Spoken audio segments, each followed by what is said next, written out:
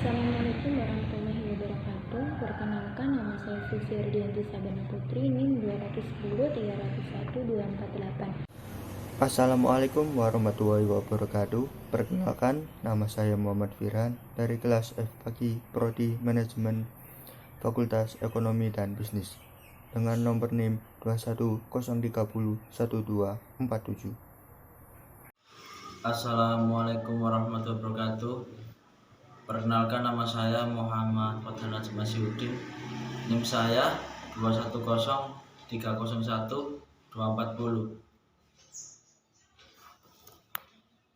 Di sini akan menjelaskan tentang manajer dalam kegiatan manajemen. Manajemen berasal dari bahasa Prancis kuno manajemen yang memiliki arti seni melaksanakan dan mengatur. Pengertian manajer. Manajer adalah seorang yang karena pengalaman, pengetahuan, dan keterampilannya diakui oleh organisasi untuk memimpin, mengatur, mengelola, dan mengembangkan kegiatan organisasi dalam rangka mencapai tujuan. Tugas-tugas seorang manajer: memimpin organisasi, mengatur organisasi, mengendalikan organisasi, dan mengembangkan organisasi. Manajemen sebagai ilmu, seni, dan profesi. Ilmu manajemen merupakan suatu kumpulan pengetahuan yang disistemasi, dikumpulkan, dan diterima oleh metode ilmiah pada hakikatnya meliputi urutan kegiatan sebagai berikut. 1. Mengetahui adanya persoalan. 2. Mendefinisikan persoalan. 3. Mengumpulkan fakta, data, dan informasi. 4. Menyusun alternatif penyelesaian. 5. Melaksanakan keputusan serta tindak lanjut. Selain manajemen sebagai ilmu, manajemen juga dianggap sebagai seni. Hal ini disebabkan oleh kepemimpinan yang memerlukan karisma, stabilitas, emosi, kewibawaan, kejujuran, kemampuan menjalin hubungan antara manusia, yang semuanya itu tidak ditentukan oleh bakat seseorang dan tidak bisa dapat dipelajari. Tingkat dan keterampilan manajer. 1. Top management. 2. Middle management. 3. Lower management. Manajer juga harus memiliki keterampilan, yaitu keterampilan konsepsional, keterampilan kemanusiaan, dan keterampilan teknis. Selain 3 keterampilan di atas, Ricky W. Griffin menambahkan 2 keterampilan dasar yang perlu dimiliki manajer, yaitu A. Keterampilan manajemen waktu. B. Keterampilan manajemen membuat keputusan. Pada organisasi berstruktur tradisional, manajer sering dikelompokkan menjadi manajer puncak, manajer tingkat tengah, dan manajer lini pertama. Peran manajer. 1. Peran antar pribadi. 2. Peran informasional. 3. Peran pengambilan keputusan. Adapun jenis-jenis keputusan yang dihasilkan dari seorang manajer. A. Keputusan terprogram adalah keputusan yang diambil berdasarkan. Di sini saya akan menjelaskan manajer dalam kegiatan manajemen. Dalam organisasi diperlukan manajemen, yaitu sesuatu untuk mengatur, mengkoordinasikan semua tugas yang dilakukan oleh orang-orang dan mengarahkan pada tujuan yang hendak dicapai. Supaya unsur manajemen tertuju serta terarah kepada tujuan yang diinginkannya, maka manajemen harus ada yang mengatur, yaitu seorang pemimpin dengan wewenang kepemimpinannya melalui instruksi dan persuasi. Tujuan manajer dalam kegiatan manajemen. Pertama, untuk memahami betapa pentingnya kepemimpinan dalam suatu manajemen. 2. Untuk menjelaskan hubungan antara manajer dengan manajemen. 3. Untuk menguraikan beberapa gaya kepemimpinan manajer dalam manajemen maupun organisasi. 4. Untuk menjelaskan keterampilan yang harus dimiliki oleh seorang manajer. 5. Untuk perbaikan manusia dan keadilan sosial. Dan 6. Untuk mensejahterakan pimpinan dan karyawannya. Saya akan menjelaskan manajer dalam kegiatan manajemen. Secara singkat, pokok-pokok ajaran F.W. Teller adalah sebagai berikut. A.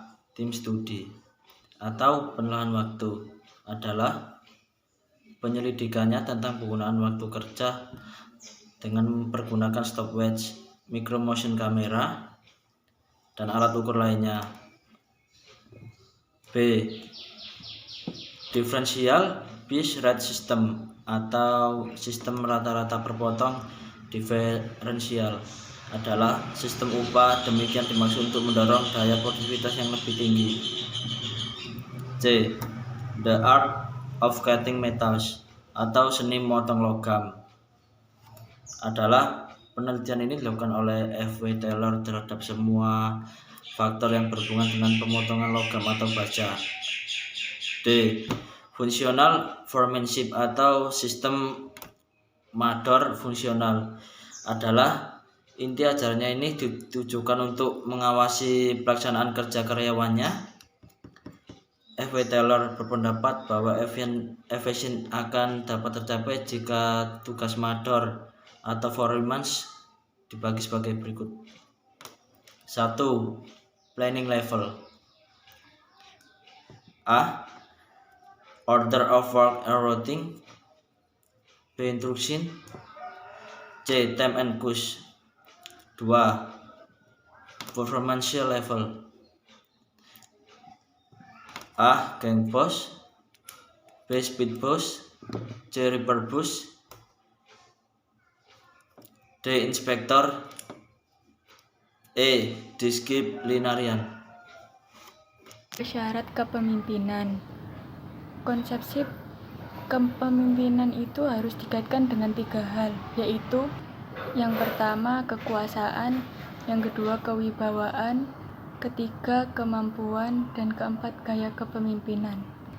Kekuasaan adalah kekuatan untuk mempengaruhi bawahan agar melakukan sesuatu. Kewibawaan adalah kelebihan, keunggulan, keutamaan sehingga ia bisa mampu untuk mengatur orang lain. Dan yang terakhir adalah gaya kepemimpinan. Gaya kepemimpinan dipengaruhi oleh sifat dan perilaku. Sifat dan perilaku manusia itu berbeda-beda. Dari berbagai gaya kepemimpinan dibagi menjadi 4, yaitu yang pertama gaya kepemimpinan diktator, yang kedua gaya kepemimpinan autokratis, yang ketiga gaya demokratis, dan yang keempat gaya kepemimpinan santai. Bismillahirrahmanirrahim. Assalamualaikum warahmatullahi wabarakatuh. Nama saya Fadli Maulana Izzuddin, kelas FPG, akan menyampaikan tentang kesimpulan. Jadi kesimpulan dari presentasi ini, seorang pemimpin merupakan elemen yang sangat vital dalam menentukan maju mundurnya sebuah organisasi. Sebab sebesar apapun sebuah organisasi, kalau tidak dipimpin dengan seorang pemimpin yang punya otoritas, legalitas, dan kredibilitas yang bagus, akan mengalami perkembangan yang statis. Adapun hal lainnya yang sangat mendukung dalam perkembangan sebuah organisasi adalah manajemen, yakni sebagaimana seorang pemimpin dapat memahami dan mempengaruhi anggotanya untuk mencapai tujuan-tujuan yang diharapkan dan semua unsur-unsur dalam organisasi. Dengan demikian, dapatlah dikemukakan bahwa kepemimpinan merupakan inti dari manajemen. Melalui manajemen, semua kegiatan dikoordinir dan diarahkan menuju pada tujuan yang telah ditetapkan dalam organisasi. Oleh karena itu, manajemen ada pada setiap tingkat organisasi. Adapun gaya seorang pemimpin dalam menjalankan manajemen maupun organisasi adalah sebagai berikut.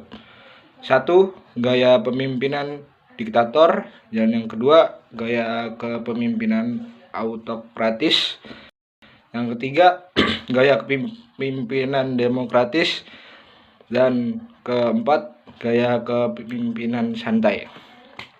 Selesai pembahasan tentang kesimpulan, dan kami sebagai penyusun makalah ini menyadari bahwa dalam penyusunan makalah ini masih jauh dari kesempurnaan. Oleh karena itu, kami selaku penulis mengharapkan saran beserta kritik yang mengandung sifat membangun dari para pembaca. Sekian, walhamdulillahirrahmanirrahim. Assalamualaikum warahmatullahi wabarakatuh. Perkenalkan, nama saya Danang Samudra Armata dengan nomor NIM 2103012553. Di sini saya akan mengemukakan 4 tugas baru dan berat bagi manajemen atau manajer ilmiah, yakni 1. Menggantikan metode rule of thumb dengan berbagai metode yang dikembangkan atas dasar ilmu pengetahuan tentang kerja yang ilmiah dan benar. 2. Mengadakan seleksi, latihan-latihan dan pengembangan para karyawan secara ilmiah, agar memungkinkan para karyawan bekerja sebaik-baiknya sesuai dengan spesialisnya.